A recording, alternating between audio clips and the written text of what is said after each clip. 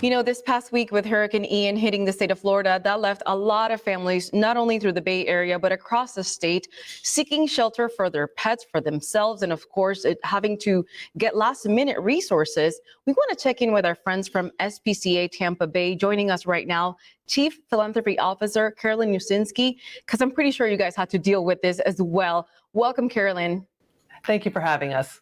I am so glad that you're talking to us because I have been kind of curious about the whole entire process that you guys had to go through to making sure that the pets that are right now at the shelter, that they were safe. Could you talk about that? Absolutely. So we have a lot of experience with hurricanes. We were here when Irma hit. We've deployed teams to bring animals when the Gulf Coast was threatened, the Panhandle was threatened. When we're looking at the animals in our care, we have to make decisions about, can we transfer them out or do we have to keep them here? Given the track of this storm, we had to make the decision to keep the animals here. We were fortunate to be able to have staff stay on the our Largo campus to be able to care for the animals as other folks were evacuating. Exactly, because does your campus in Largo have to be evacuated? Is that what you said? So we are in the de-evacuation zone, I believe. So Okay. We were not under a mandatory evacuation. Okay. How did you guys help people in the community that, for example, had nowhere to go and perhaps bringing their pets to the shelter was the only option?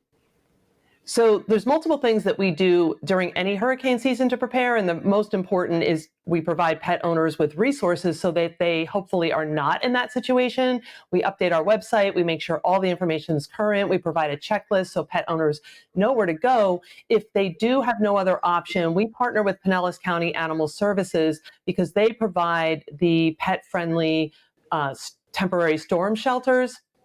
So we will house animals that are not able to be kept at the Pinellas County storm shelters like rabbits, birds, things like that. But for the pet-friendly storm shelters, you can bring your cat or dog there, and we partner with them however they need help.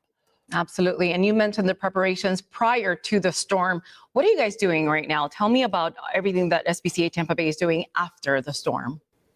So right now, everything is pretty much on hold. We have senior staff that have been in this industry for a very long time and have connections all around the country. And one of the things we know for sure is that going in together as a team, as one, as few different organizations, but with a unified front, really helps us mobilize our response effectively. So we're working with other organizations to make sure that we can provide effective support when it's needed. Nobody's allowed in right now, but we're working with Hill Science Diet has provided food, so we're ready for that. We have pet food ready to go. We have supplies. So we're in the process of collecting donations and just having lots of conversations about exactly where the need is so that when everybody is allowed to start going back into that damaged area, we will be able to respond and be there.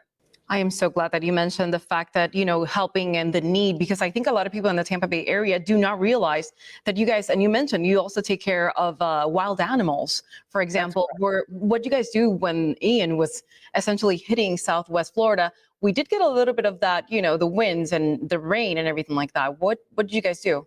So we, in addition, as a for-all shelter, we don't just care for cats, dogs, and other creatures. We have a lot of wildlife that comes to us. And oftentimes, especially in a storm, baby squirrels will be on the ground. We encourage folks to watch the baby squirrels, listen and see if their mom is coming back for them, give them a little bit of time if they're not injured to see if the mom will reclaim them.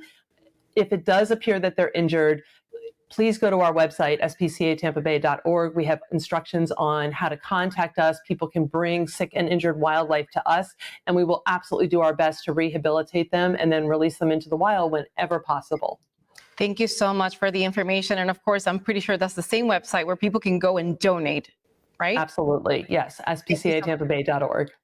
Perfect. Thank you for coming to the show. Actually, you're linking with us to the show right now, Carolyn. You're welcome. Thank you so much for having us. Have a good one. And we want to thank our sponsors. It's Pet Supermarket. Whether your pet swim, crawl, or vegetable, Pet Supermarket has your favorite brands.